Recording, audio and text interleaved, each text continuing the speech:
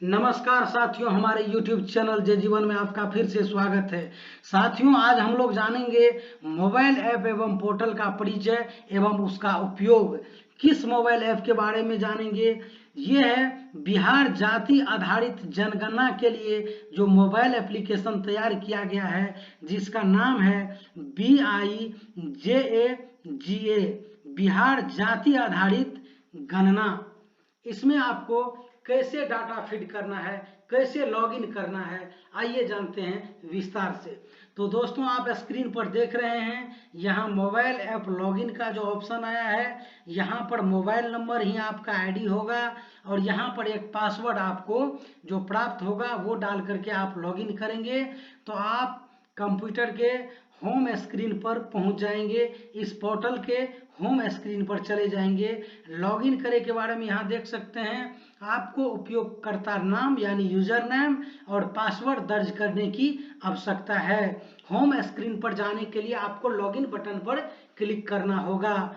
Password भूल गए, अगर आपको पासवर्ड याद नहीं है तो उस स्थिति में आप ये कर सकते हैं।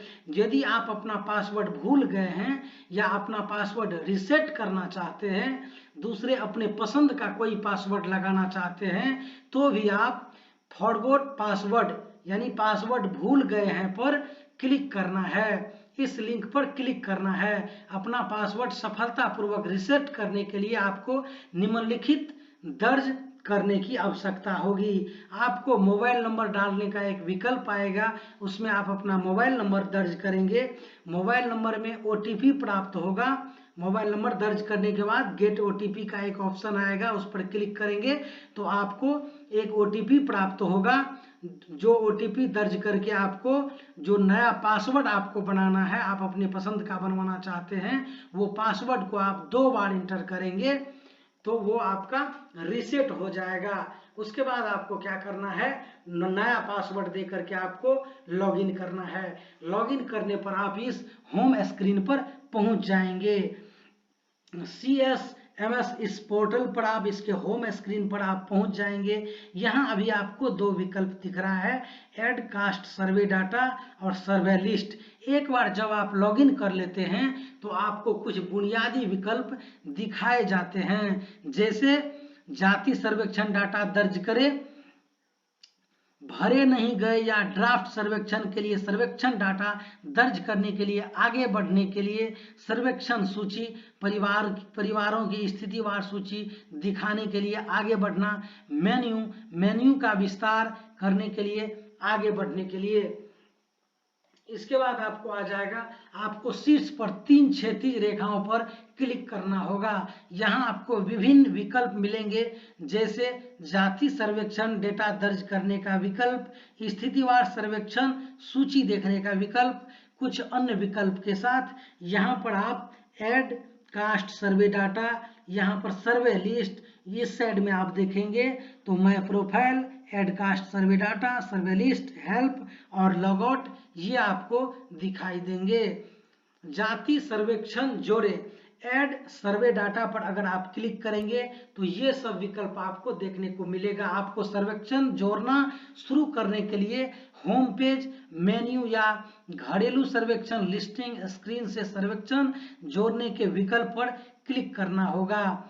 आप इस स्क्रीन का उपयोग भरे नहीं गए या ड्राफ्ट सर्वेक्षणों को खोजने के लिए कर सकते हैं। आपको परिवार के मुखिया का क्रम संख्या और परिवार के सर्वेक्षण के दौरान दर्ज किए गए परिवार के सदस्यों की संख्या के साथ उनकी सूची दिखाई जाती है। आप सीरियल नंबर और परिवार के मुखिया के आधार पर भी सूची खोज सकते हैं। ये यहाँ पर आपको दिखाई देगा ऐड सर्वे डाटा। यहाँ फैमिली को सेलेक्ट करना है, नॉट फेल्ड और ड्राफ्ट सर्च कर सकते हैं। यहाँ पर मान लीजिए हाउस होल्ड सर्वे लिस्ट यहाँ पर आपको दिख रहा है। अगर इनके परिवार का पूरा डिटेल्स आपको एंट्री करना है तो इस पर क्लिक करेंगे तो इनके परिवार का विवरण सहित आपको ओपन हो जाएगा। फॉर्म नंबर और राज्य दर्ज करें। एक बार परिवार का चयन हो जाने के बाद प्रपत्र संख्या और परिवार की मूल स्थिति दर्ज करने की आवश्यकता होगी। आय या तो प्रपत्र संख्या मैनुअल या आप या तो प्रपत्र संख्या मैनुअल रूप से लिख सकते हैं या बारकोड को स्कैन कर सकते हैं। आपको ड्रॉप डाउन में दिखाई गई राज्यों की सूची में से राज्य का चयन करना होगा। डिफॉल्ट रूप से यह बिहार दिखता है, लेकिन बिहार में रहने वाले दूसरे राज्य के प्रवासी परिवार के लिए आप उपयुक्त राज्य का चयन कर सकते हैं। यदि परिवार अब परिवार परिसर में नहीं रहता है, यदि कोई परिवार अब उस परिसर में नहीं रहता है, तो आपको क्या परिवार रहता है में नहीं का चयन करना होगा। उस स्थिति में आपको परिवार के सदस्य का विवरण दर्ज करने की आवश्यकता नहीं होगी।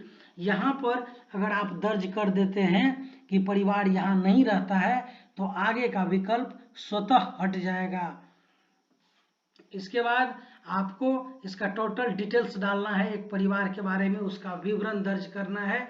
ये सभी कॉलम को भरना है। परिवार के सदस्य का पूरा नाम, पिता या पति का नाम, परिवार के प्रधान से क्या संबंध है, ये सभी चीजें आपको ड्रॉप डाउन मेनू से सेलेक्ट करना है। आयु वर्षों में ये आपको प्रविष्टि करना है।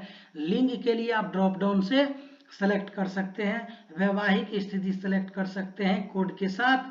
धर्म, जाति का नाम, शैक्षणिक योग्यता, कार्यकलाप, आवासीय स्थिति, अस्थायी प्रवासीय स्थिति, कंप्यूटर, लैपटॉप, मोटर वाहन, कृषि भूमि, आवासीय भूमि, सभी स्रोतों से मासिक है, ये सभी आपको ड्रॉप डाउन मेन्यू से सेलेक्ट करना होगा कोड के साथ।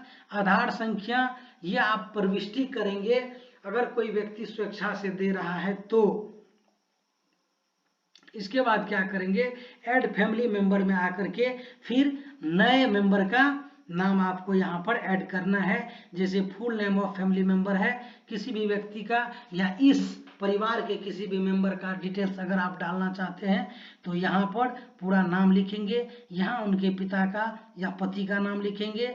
यहाँ ये रहते हैं या नहीं रहते हैं, अगर यहाँ रहते हैं तो इसके लिए कोड 0 यहाँ दर्शाया गया है। Religion with head of the family क्या है, प्रधान है, क्या है, relation with head of the family, अगर ये इस परिवार के मुखिया हैं, प्रधान हैं, तो कोड 1 होगा। अगर नहीं तो इसके लिए अलग कोड निर्धारित किया गया है। आयु कितना है ये यहाँ पर आपको दर्ज करना है। लिंग यहाँ पर ड्रॉप डाउन मेनू से सेलेक्ट करना है कोड के साथ। पुलिंग के लिए 01 कोड निर्धारित है। मैरिटल स्टेटस के लिए अगर आप अविवाहित हैं तो इसके लिए कोड 1 निर्धारित किया गया है। और भी विकल्प आपको ड्रॉप डाउन मेनू में देखने को मिलेगा। रिलीजन में भी जो रिलीजन होगा कोड के साथ यहाँ पर ड्रॉप डाउन मेनू में आपको शो होगा। कास्ट नेम एंड कोड यहाँ से सेलेक्ट करना है। Education qualification, profession, residential status, temporary migrant status, यहाँ पर कंप्यूटर, लैपटॉप आपके पास है या नहीं है, इसका भी ड्रॉप डाउन मेनू में आपको कोड के साथ इसको सेलेक्ट करना है।